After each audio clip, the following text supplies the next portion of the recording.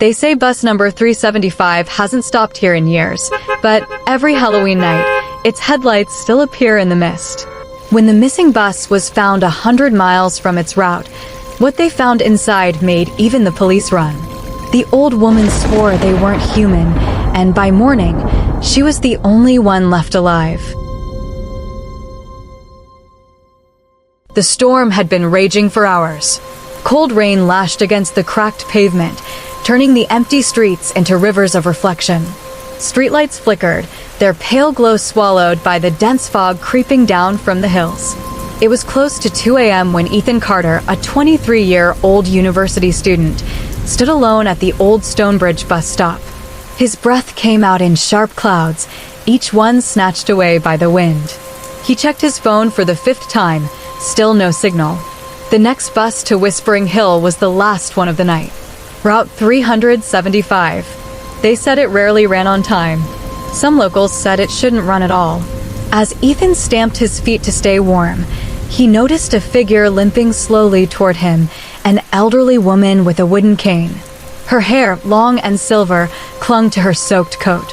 She gave him a faint smile as she approached. "You waiting for the bus too, dear?" she asked, her voice trembling with both age and cold. "Yeah," Ethan replied, rubbing his hands together. "Supposed to be the last one to Whispering Hill." The woman nodded. "It always comes, even when it shouldn't." Before Ethan could ask what she meant, headlights cut through the fog, 2 pale beams that wavered and flickered, growing brighter until the hulking shape of an old red city bus emerged from the mist. The vehicle groaned to a stop, its paint chipped, its number 375 barely visible through grime. The doors creaked open with a long hiss. Inside sat a female conductor, mid-30s, her uniform crisp, but strangely outdated. She offered a faint smile as Ethan and the old woman stepped aboard. The driver, a heavy-set man with tired eyes, didn't say a word. There were only 2 other passengers, a young couple sitting close together near the back. The woman rested her head on her partner's shoulder, already half asleep. Ethan took a seat halfway down.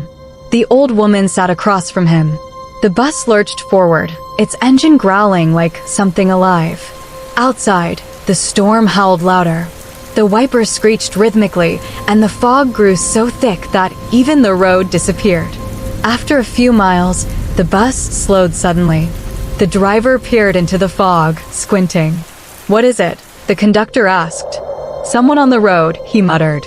Through the windshield, 3 figures stood in the rain, waving their arms. Ethan felt a chill crawl up his spine. They weren't standing like people asking for help. They were motionless, hands lifted too high, their faces obscured by shadows and dripping hair. The conductor hesitated. "Should we pick them up?" The driver nodded. "It's the last bus of the night." The doors opened. The 3 climbed aboard slowly, deliberately. Their clothes were torn and filthy, and they looked wrong. 2 of them half carried the 3rd, a man who slumped between them as if he couldn't stand. The smell that followed them was unbearable, a stench of rot and wet earth. They sat in the back, silent. Ethan caught the old woman's gaze. Her face had gone pale. "Something's not right," she whispered. The conductor moved down the aisle, punching tickets. When she reached the back row, her hands trembled. The strangers didn't move, didn't speak. "Tickets?" she asked. No answer. The middle man lifted his head slowly, and in the flickering light, the conductor froze. His face was wrong. Too pale, too smooth. No eyes, no mouth. She stumbled backward, nearly dropping her punch machine. The driver glanced in the mirror. "Everything all right?" The conductor swallowed hard. They're fine." She didn't check tickets again. The bus rumbled on for another 20 minutes, the fog growing thicker, the smell stronger. Ethan tried to ignore it, but his stomach churned. Then came the thudding.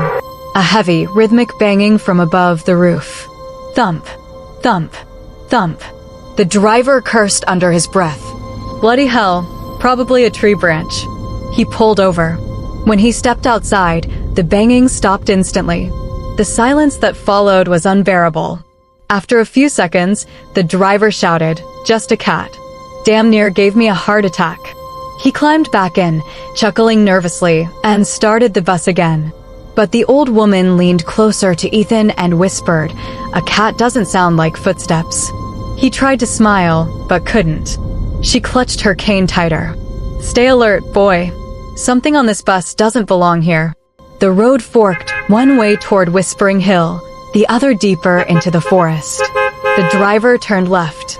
"Wait," said the conductor. "This isn't the route." He didn't answer. His face was expressionless, eyes fixed ahead. "Sir?" Still no response. Ethan stood up. "Hey, you missed the turn." The driver's hands gripped the wheel tighter. His knuckles were white. The old woman looked around. The fog outside had turned unnaturally thick, glowing faintly red under the headlights. "This isn't fog," she whispered. "It's smoke." The bus was heading into the woods now. Trees clawed at the windows. Something dark moved between them. The conductor tried to reach the handbrake. The bus jerked violently and stopped. "Everyone off," the driver said flatly. His voice wasn't his own. Ethan and the old woman stumbled toward the front. Behind them, the 3 passengers from the back stood up slowly in perfect unison. The man without a face tilted his head. The others followed. Their necks cracked loudly, and the smell of death flooded the air. The old woman raised her cane. "Stay behind me." But before Ethan could move, the bus lights flickered, then died. Darkness swallowed everything. When the lights came back on, the driver and conductor were gone.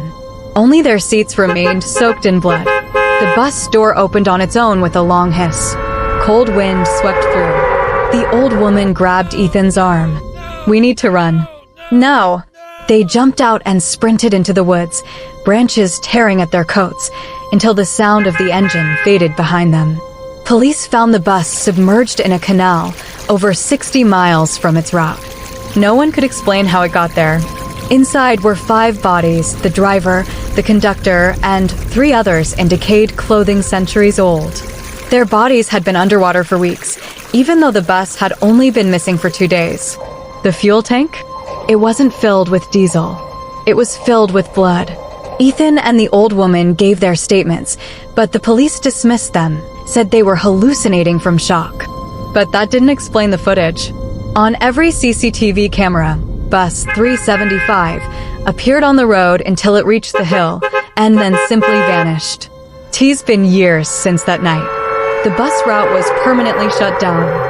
But locals say that on foggy autumn nights, when the roads are empty and the air smells of rain and rust, you can still hear the faint rumble of bus 375 coming through the mist. Sometimes, if you're standing alone near Whispering Hill, you might even see its headlights slow, distant, flickering. And if you do, don't wave, don't board, don't even look, because once you step inside, you'll never get off again.